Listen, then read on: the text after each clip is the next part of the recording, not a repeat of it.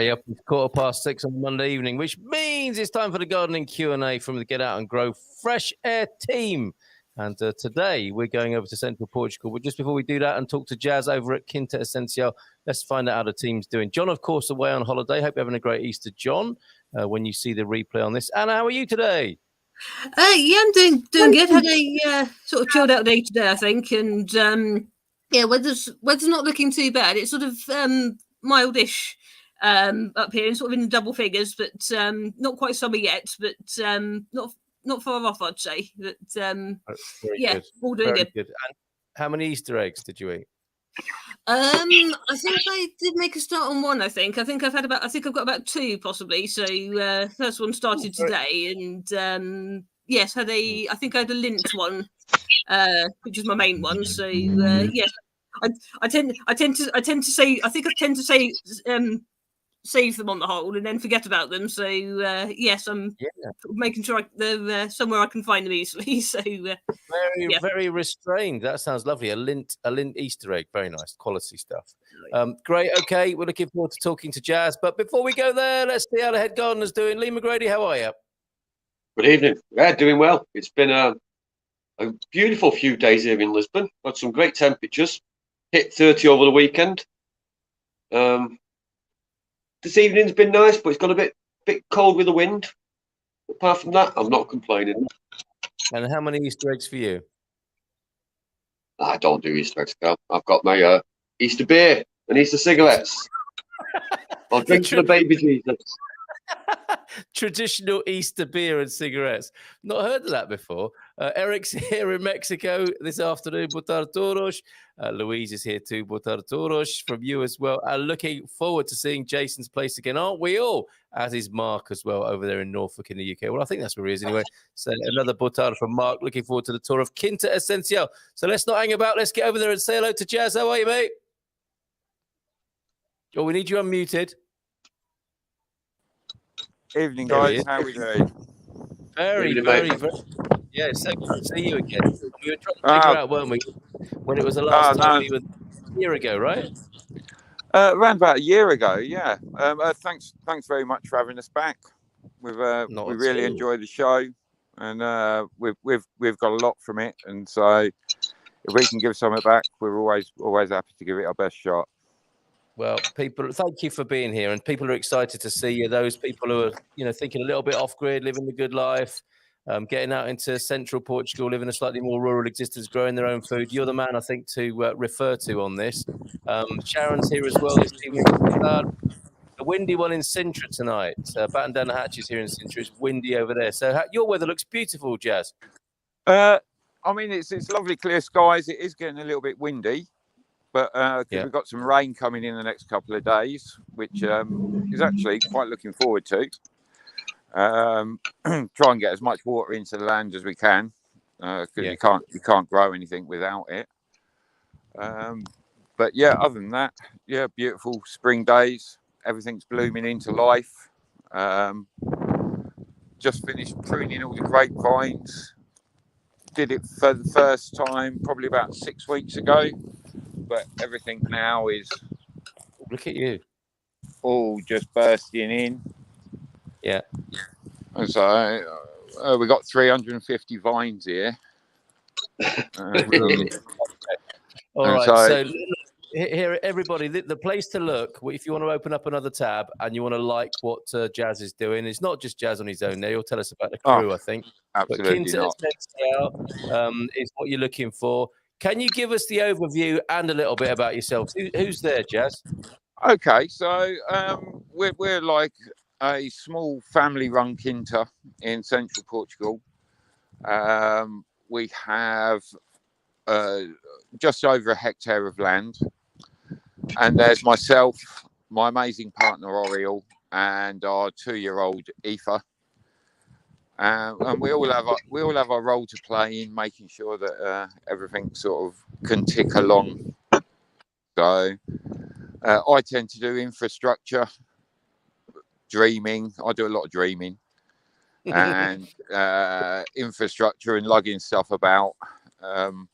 Oriel is a whiz with seedlings and planting and all sorts of different ferments and stuff, which left Aoife, our 2-year-old, to develop an affinity with the animals that we have.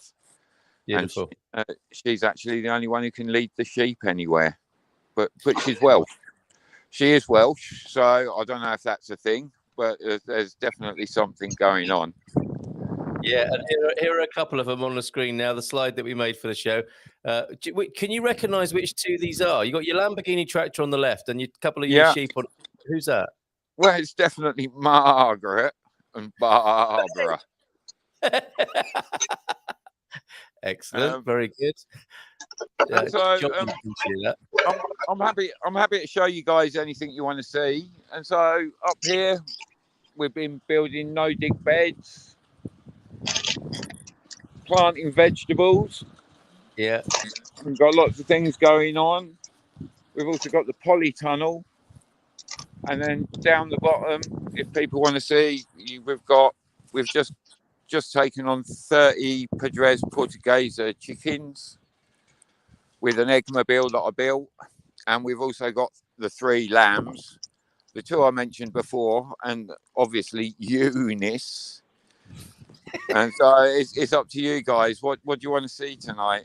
I was wondering if you're milking the sheep like you're milking that particular joke about the sheep. Anna, where would you like to go? Oh, have you got any questions? I mean, Lee, Anna, jump in as and when. Well, I'll be anywhere, I think. I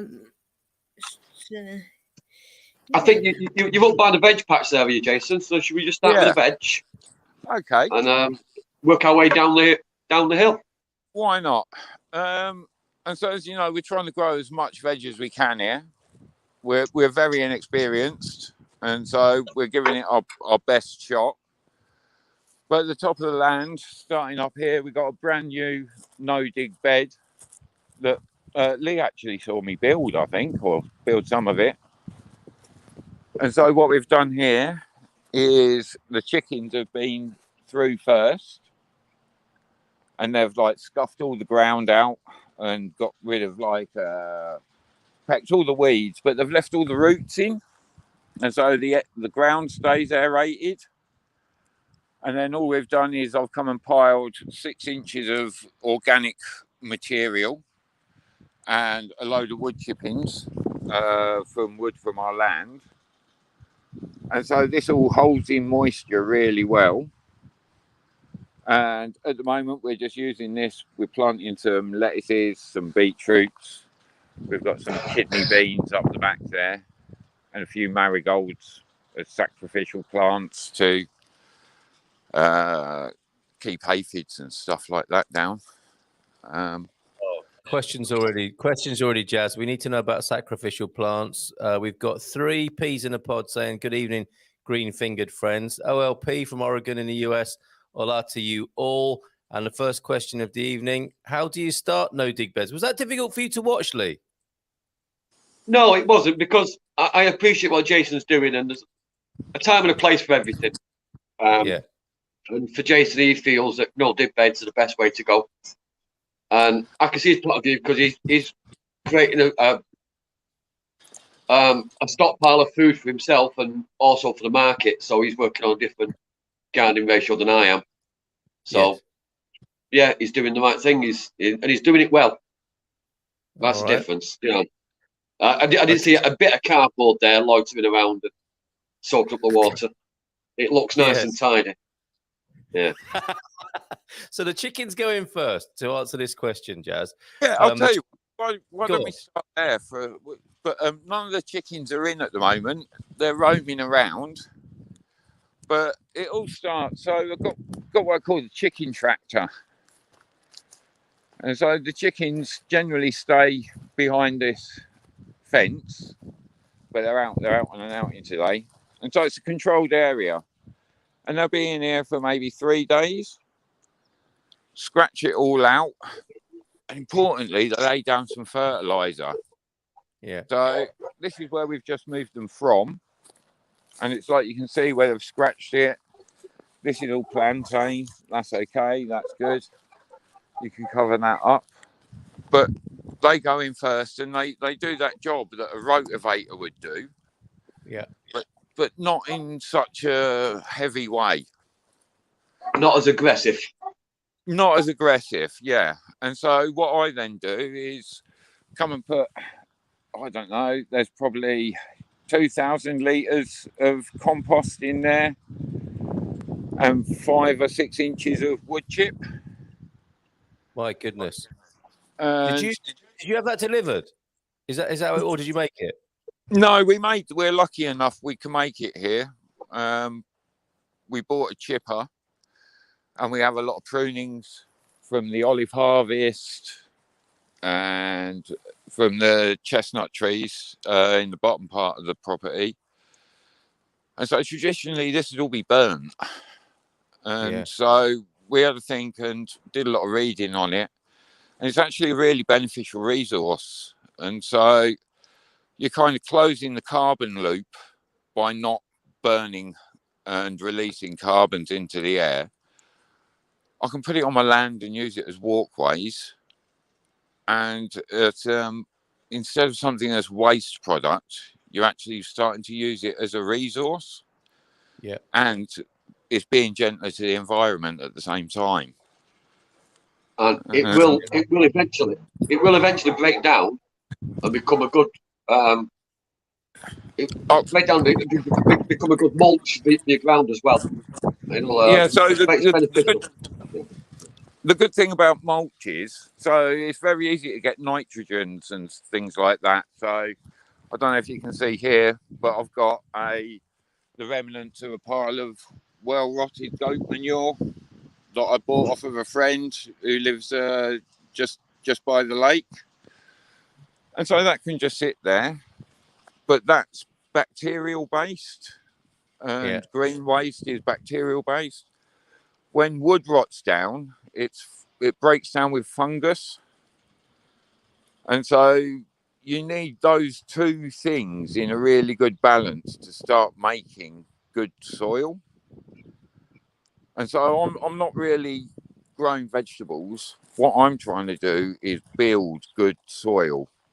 Yeah. And then good vegetables and good fruit and good produce is a product of providing all of the right environment for, bacteria, fungus, protozoa, nematodes, microarthropods.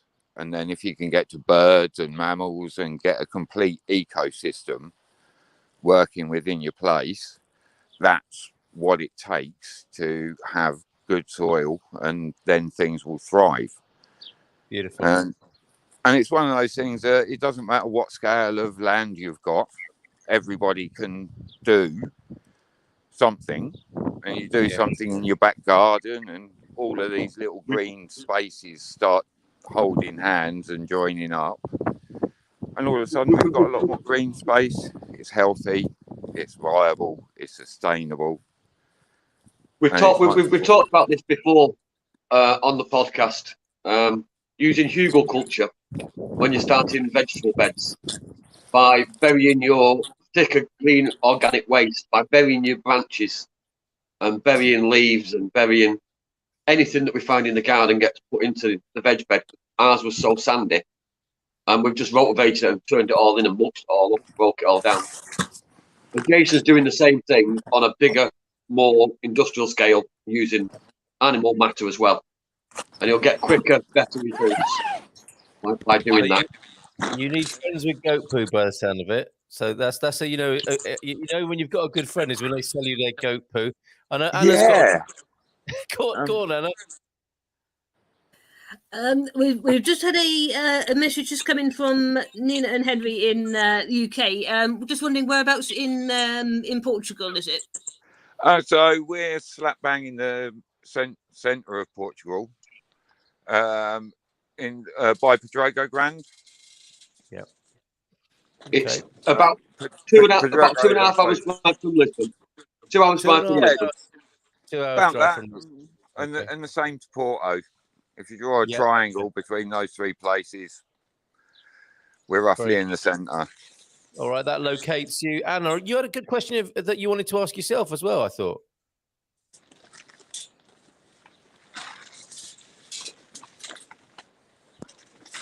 think we've lost you there. Just trying to look through all my questions, I think. But It was something to do where to start. Well, I mean, that's a really great question. Where do you you've got a hectare there? Where to begin? What was that? What were you getting at there, Anna? I'm not sure. I think I was just sort of thinking: is it easier to sort of work out sort of what could happen where, or how to make the most of the space that you've got, or what the conditions are like? I mean, for us, it's been trial and error mostly, and just sheer doggedness of, and just making sure that you just carry on and keep going at it. This year we've done a lot more than we did last year because we know a little bit more, and because we had so many failures last year, down to we were still having frosts into this point of the year, and it made us really wary. So we kind of made a plan that we needed to make sure we were ready for that if that happened again. This has been a very mild winter. This is something we've talked about as well in the past, where we've been asked, people have asked about new gardens, and I always like to say live with it for a year. And now Jason's been there for a year, and he knows where his frost pockets are. He knows where his decent water access is, and he's starting now to develop around the year that he spent there. He's able to choose and select the best spots for him, knowing where those frost pockets are and the microclimates on his land, because he's in a bit of a small valley. He's got high ground each side of him, and fruit trees in the bottom, bigger trees in the bottom. So he knows where his microclimates are now and can work around that. Yeah, we're definitely getting more of a hang of it, and it does take that long as well. Simple things like where do you put your polytunnel, and so having this has given us a massive advantage this year, and it's actually got to the point we've got a surplus, and we've got loads of everything from peas. We've got heritage tomatoes, ox hearts, zebras, Curacao de Bois, loads of tomatoes, pepper plants,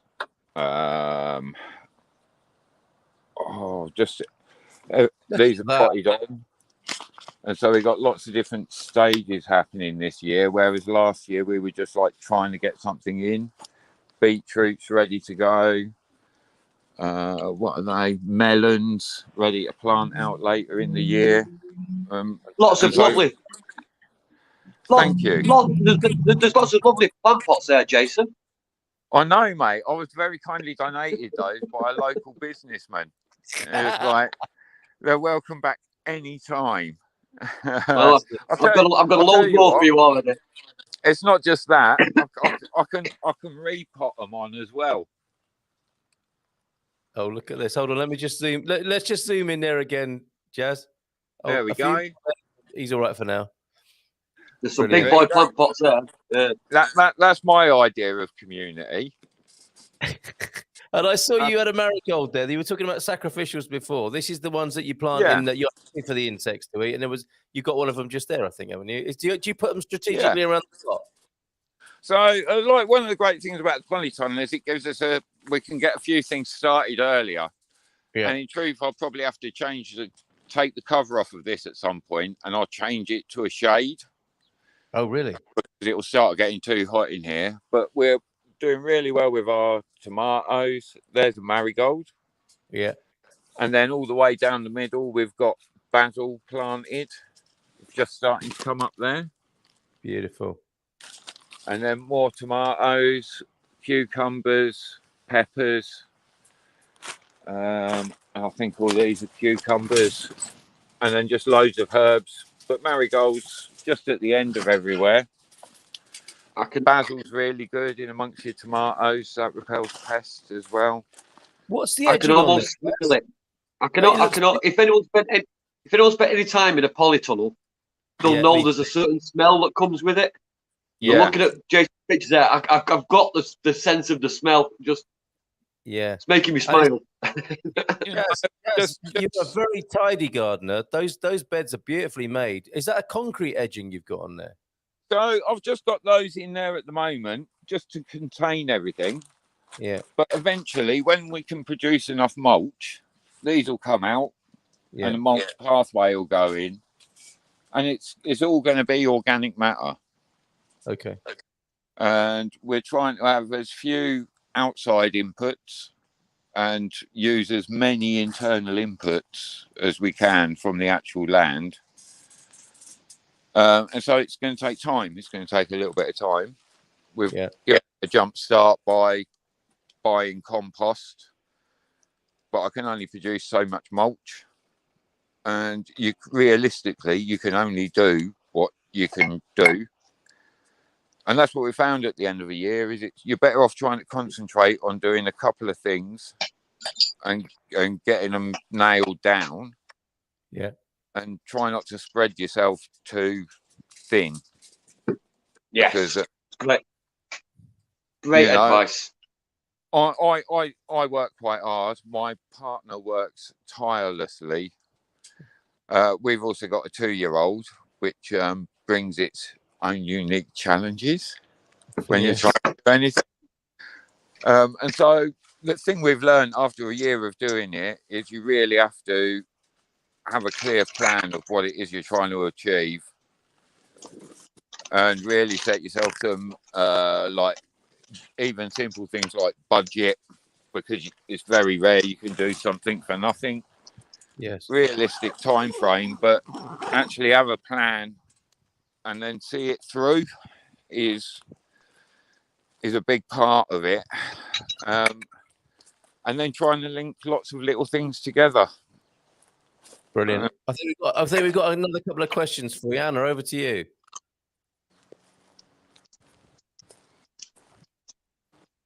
Yes. I was just thinking of one that came to me then. I was just thinking, when it comes to all the sort of possibilities of what you can grow, do you tend to go for different ideas, or do you tend to stick to what you know because you know what works best? Mostly I listen to my neighbours, and I don't try and break the wheel too much in terms of what we try and grow here. We live in an agricultural place, and people have been growing vegetables and living off the land here for many, many years, and they have a wealth of knowledge. And ironically, well, what we're trying to do here is nothing new or newfangled. It's not a new way of growing vegetables or a new system. It's actually just going back to like the oldest way of farming that there is, and trying to work as much with nature and animals and let nature in. Don't deny it its place. Lee often says that it's only a weed if it's in the wrong place.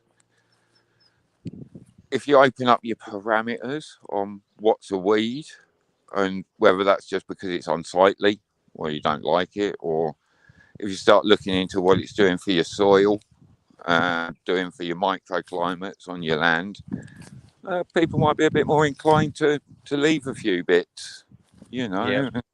Yeah, well said. And we heard a Mr. McGrady tip in there as well, working with your neighbours, seeing what the neighbours do. They've been there a long time, haven't they? So they probably can give you a few head starts on things. Especially for Jason's situation. Looking over your neighbour's fence and seeing what they're producing well is obviously a great indicator of what you can do with the ground that you've got. Jason's laid his initial plans that he's following through with now were laid last year, and I really can't find fault with it. It's a super bit of land, and he's doing the right thing. He's weighing up the cost of what he's got to put into it to what he can get out of it, and becoming a market garden like he's hoping to be, or he is becoming a market gardener. Just selecting the best things that you can get the most money for at the end of the year, as well as feeding your family healthy, good quality food, and protecting the land that you're looking after. He's doing it as far as I'm concerned, doing it spot on. It's marvellous. Really inspiring. Jazz, the McGrady seal at the head gardener, full seal of approval. That's not bad, is it? Oh, I'll tell you what, I'll take that any day of the week. Thank you very much. Smell of the greenhouse or a polytunnel is great. Well, I think a few of us recognise that. I haven't spent a lot of time in polytunnels or greenhouses, but I definitely know that. I know you do as well, Anna. I just ask you a question, Anna, from your gardening experience. There was a great polytunnel, wasn't there, where we used to work together at Sealhane. The polytunnel was great there. It had that aroma. Was that no dig, or were you involved in a lot of digging up there?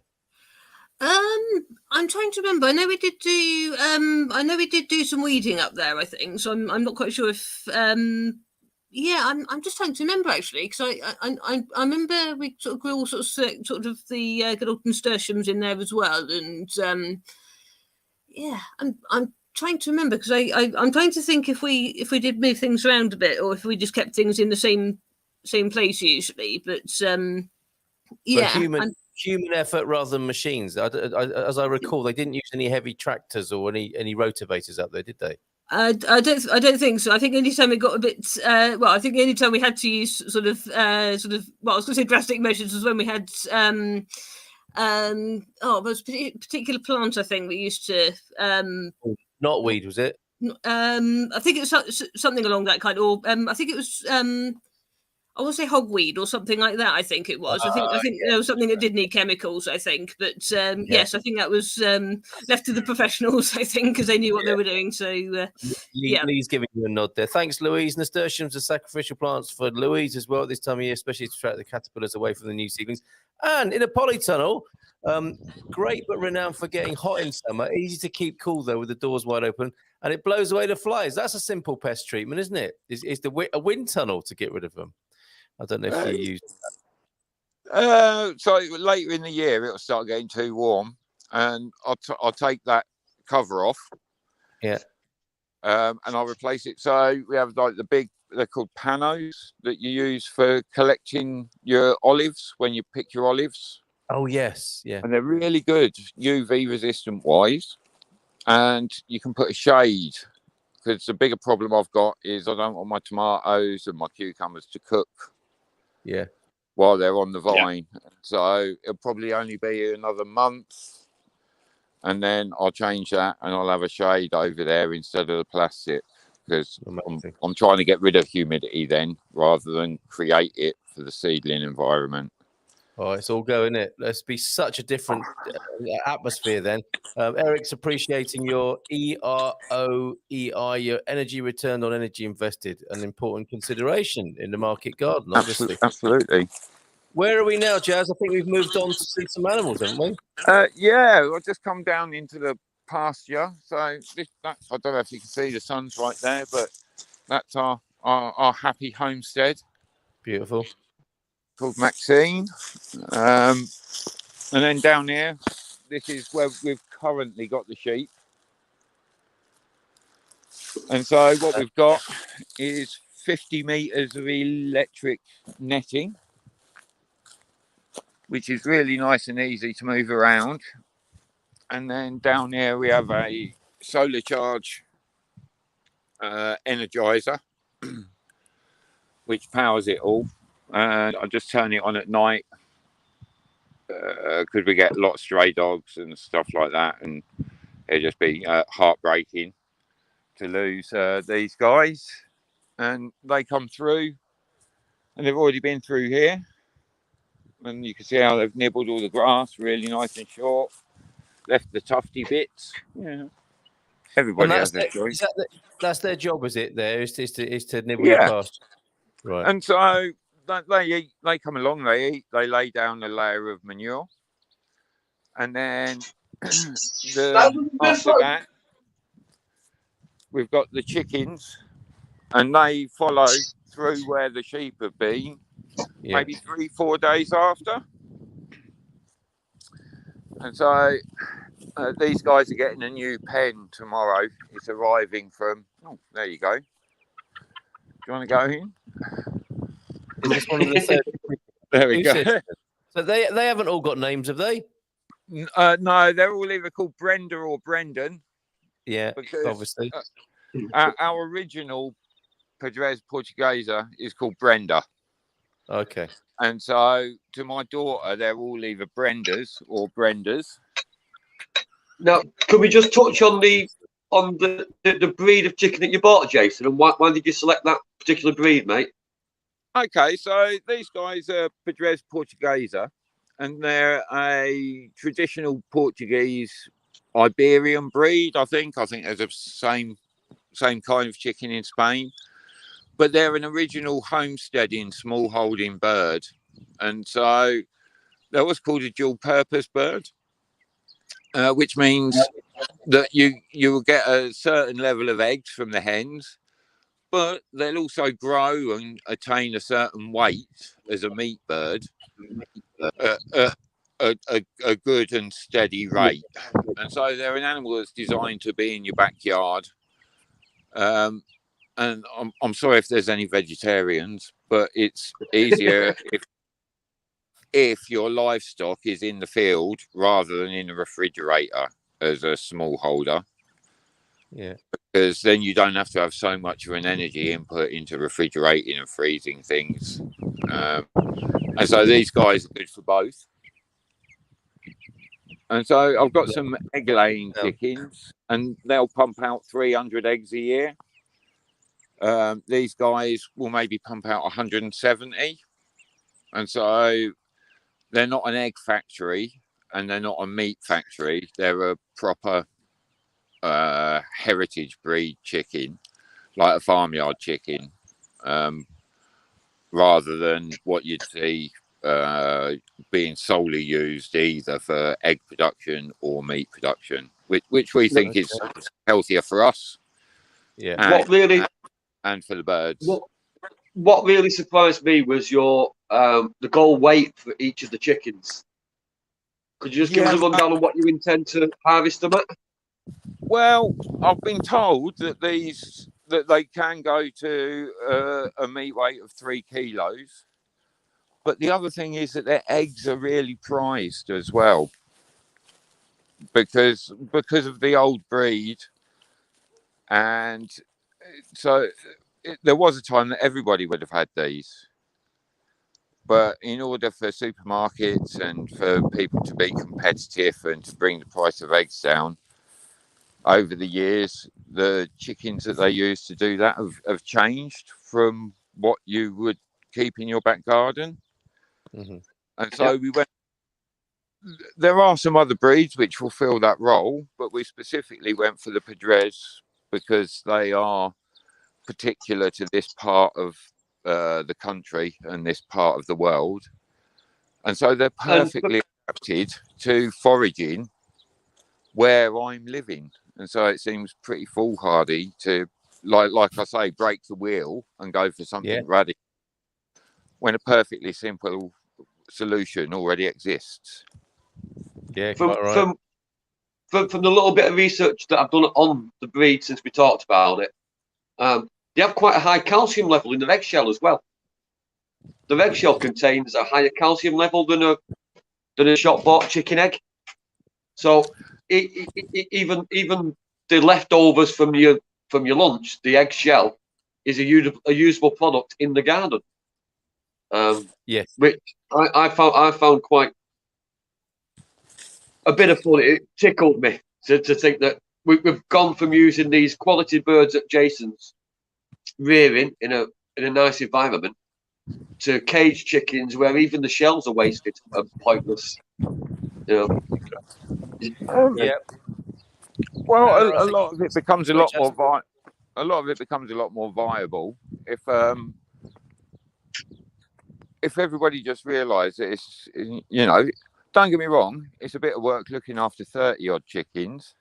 I bet. But to have a couple or 3 isn't so much hard work.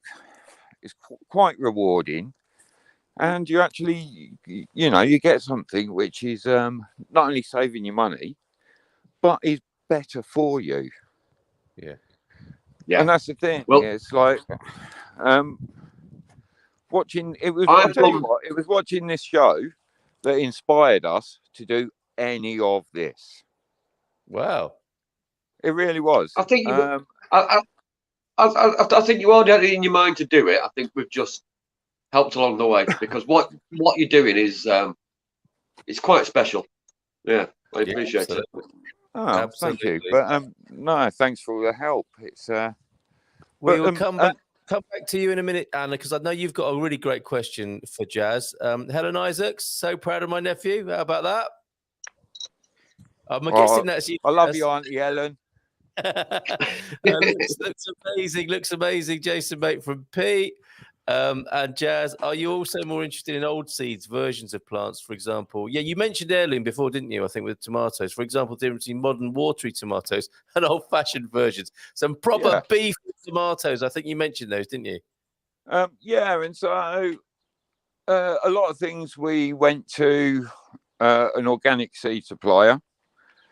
There are many of them, depending on where you are in the world, and we took quite a bit of stuff from them. But a lot of the stuff that we've got, say potatoes and beans and peas, the market at our place is split into two halves, and you've got like the big market traders and the people who have got tomatoes all year round and they've got everything all year round. And then there's the other half of the market where it's normally 80-year-old ladies and they've been going to the market forever. And their veg isn't as shiny and it might not be as big, but I guarantee you it is far more nutritious. Yeah. And we tend to get a lot of seed and stuff from those guys as well. Oh, do you?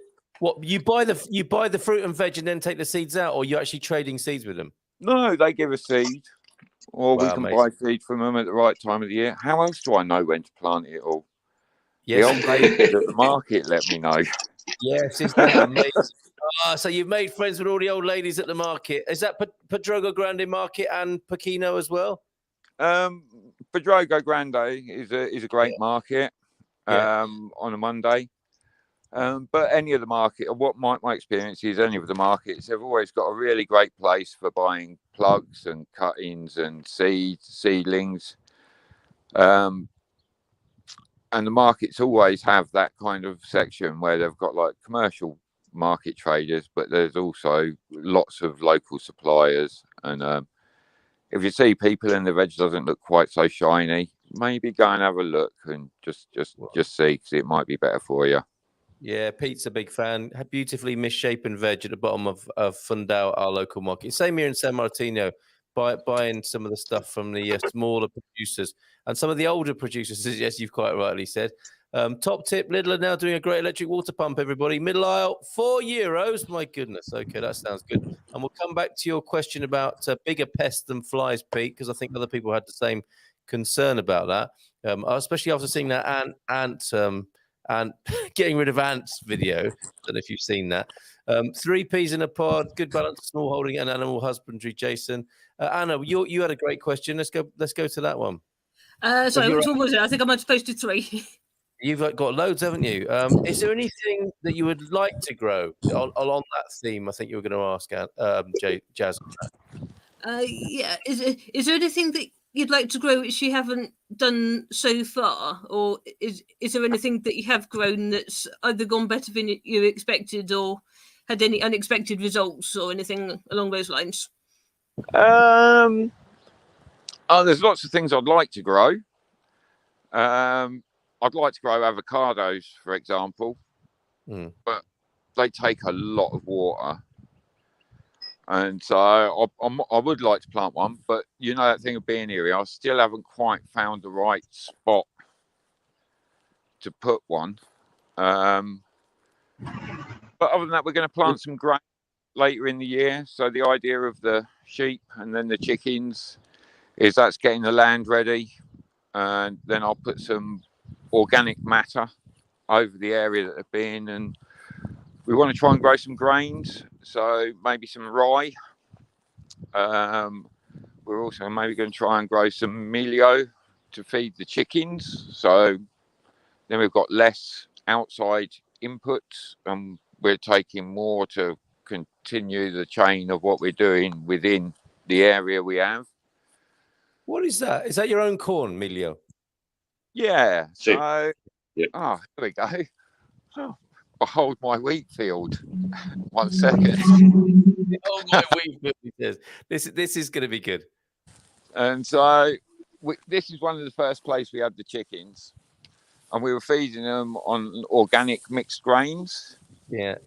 The chickens moved out, and all of a sudden, we've got like wheat growing, or corn, in fact, and it's just spreading.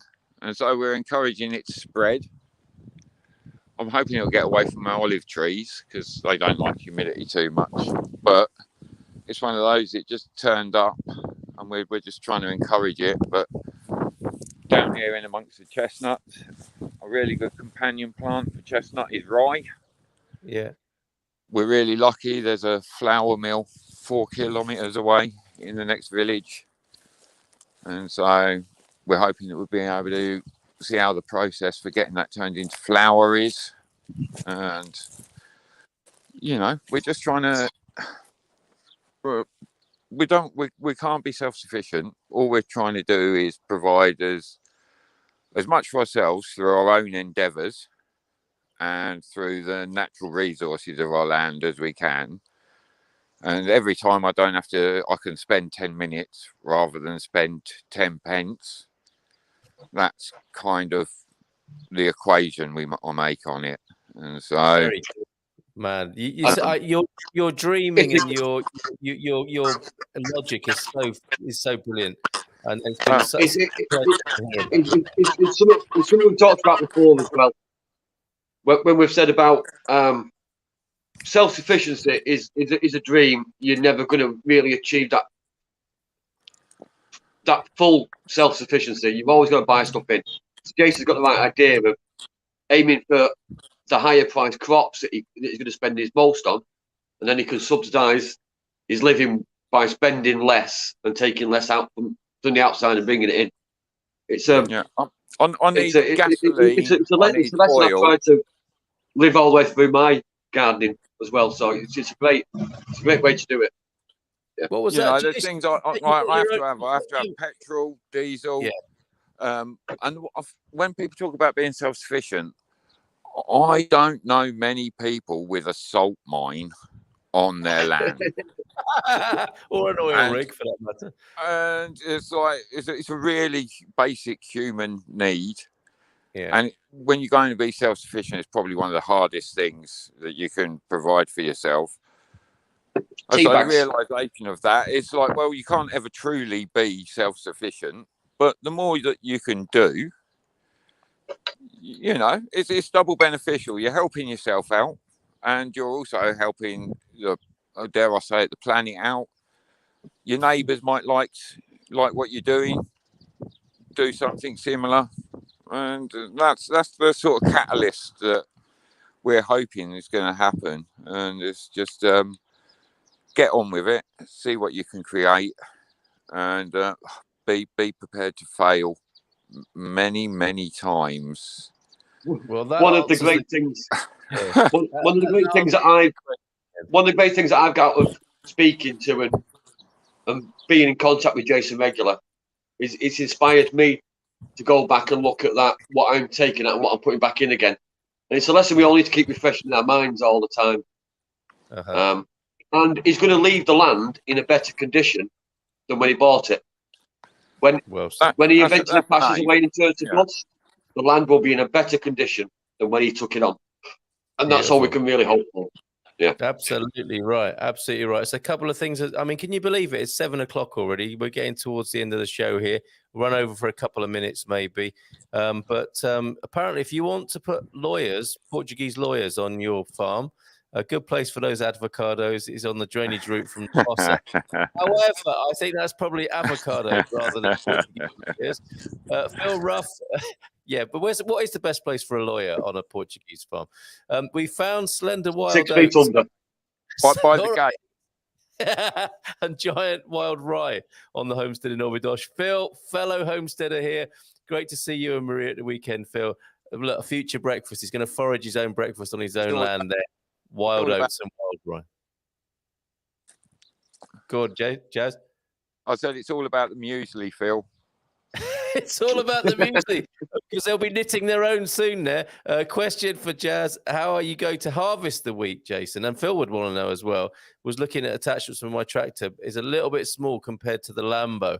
So how are you going to scythe it or cut it but like manually? Or how will you deal with that? Because you're going to need a lot, aren't you? To be fair, with this, I'm going to wait for it to go that golden colour. And then I'm probably just going to stand on it. Yeah, okay. That sounds like a practical thing to do. Yeah. Just try and hide it from the birds a bit. Oh, yes. Leave the grass there. And I think that might be what spread it, because I didn't do anything to get it there. Yeah, yeah. And so... Just with as thing, a bit of a tip, once it's gone to the golden colour, because I don't think Jason intends to harvest it this year. He wants to spread and spread and spread and make it bigger. Like that.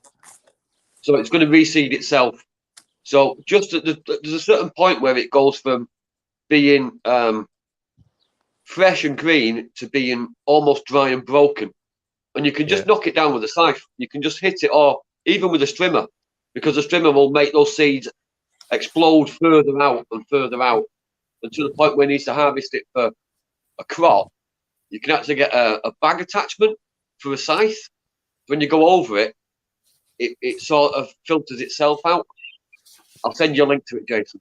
You'll love it. There you go. Nice one. Make your own crop circle as well at the time. And as for the tractor, I don't really use the tractor on the land anymore, apart from to carry stuff. Yeah. I don't use the rotavator anymore. Wow. We should really get a plug in for Jason before 7 o'clock, or before we pass our time, for Jason's fantastically homemade chicken coop, which will be available for sale sooner or later. Mass market chicken coop in Jason's place. So keep an eye on Quinta Essencial on Facebook then to keep up with that when that's released into the marketplace. Wicked. And maybe a second-hand Lamborghini tractor as well, by the sound of it. Sorry. I use that for going to the calf. Okay. I was wondering it's like ID with the farmers. If you turn up on your tractor in your overalls and wellies, you can have a couple of beers, and as long as you go straight home, you're okay. It's like ID. Very good. A friend of ours says, Pete, this is on the self-sufficiency thing. He never eats anything he hasn't grown. One of the unhealthiest looking people we know, and definitely has a urine infection. So it's quite a high bar. Well, it's right what you say, I think, Jazz, about that. Well, that's one of the things we want to try and do is do some education as well. And you can look at it, it can be very sciencey and you can use lots of long words. But essentially what we're trying to do is replicate being peasant farmers and remember ways of doing things rather than inventing ways of doing things. Yeah. And so that's kind of one of our ethos is like, just have a look around, see how everything grows, and then just don't be too hard on any of it, because it's kind of all got a place and it's doing a job. Our job is to learn how to read the signs better, and rather than have massive direct inputs, just gentle persuasion to let nature do its own thing. It's been doing it a long time. Yeah. It just could do without us fighting it quite so much.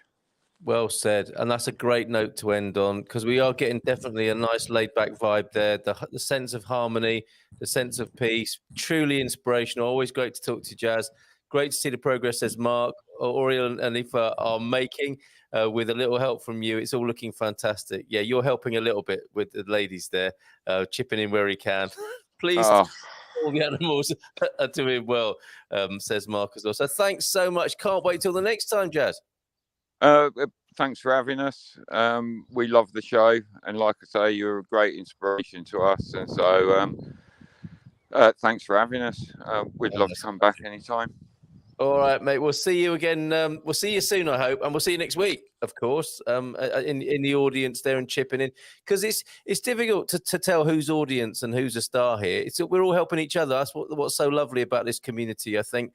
And we've just got new people joining every day to get out and grow. And Happy Homesteaders. How many people have we got now, Anna? I think a few people. In fact, one person's just joined today. In fact, but we currently have 659 members. There you go, and inspiring. I think inspiring so many of those today, Jazz, and I'm sure you'll continue to do so. And we'll find the link to the last show as well to check the progress there of your wonderful piece of land there in central Portugal. Thank you very much, Jazz. Lots of love to you and to the family there and all the animals. And we'll see you again soon. Speak to you tomorrow, buddy. All right. And Head Gardener Lee McGrady, full seal of approval for Quinta Essencial there. I've spoke to Jason on a regular basis throughout the year, giving each other advice and giving each other a bit of help. He's been into Lisbon and helped me out for some work, and I've been up to his place last weekend, and it really is inspiring. It's how it should be done. It's really nice. Yeah, definitely. Well said. Definitely. Anna, is there anything we missed, Anna, that you wanted to add? Great job tonight. Thank you very much. I don't think so. I was just checking I covered Gary's question as well, but I think I put that on the... Yes, I think we need to carry that forward for next week. That's an irrigation question, and we had some lovely input from Nikki, who's written a blog as well. Yes, Gary, you can use the tap in the town centre for your water. I do it all the time. It's not a fault. I saw the question earlier. Cover it quickly. There you go. Let's return to that next week as well. And we've also got the pests. We've got the moles, voles, and ants that people want to know about. So we'll hit the ground running next week talking about ants, moles, voles, and local irrigation and water sources. There was some avocado talk we missed, but we can carry that forward as well. Eric, thank you so much for being here. Phil, Louise, Henry, and Nina, as well as Mark, who was here, and the OLP over there. And earlier on as well, we had Baldylocks as well. Sorry if I missed anyone. I think we had everyone there. Including Helen as well. Lovely to have you with us, Helen, auntie of Jazz. See you next week, everybody. Thank you so much for being here. That was great fun. Very inspirational. That's what we're all about here. Getting out and growing. Go on, Lee. Plug your radio show. You're on in about 20 minutes. I'm looking forward to it. We're in about 20 minutes. Get to mixcloud.com, Barefoot Radio. We are playing our favourite music and yours if you've got a tune. And I didn't realise what good taste Jazz had in music. So I think I'm going to start tonight with The Pockets and Come Go With Me, which is a great tune that he selected a couple of weeks ago, which I didn't play. And I'll start off with that tonight. So 7:30 on Mixcloud, mixcloud.com/Barefoot Radio. Great job, everybody. See you next week.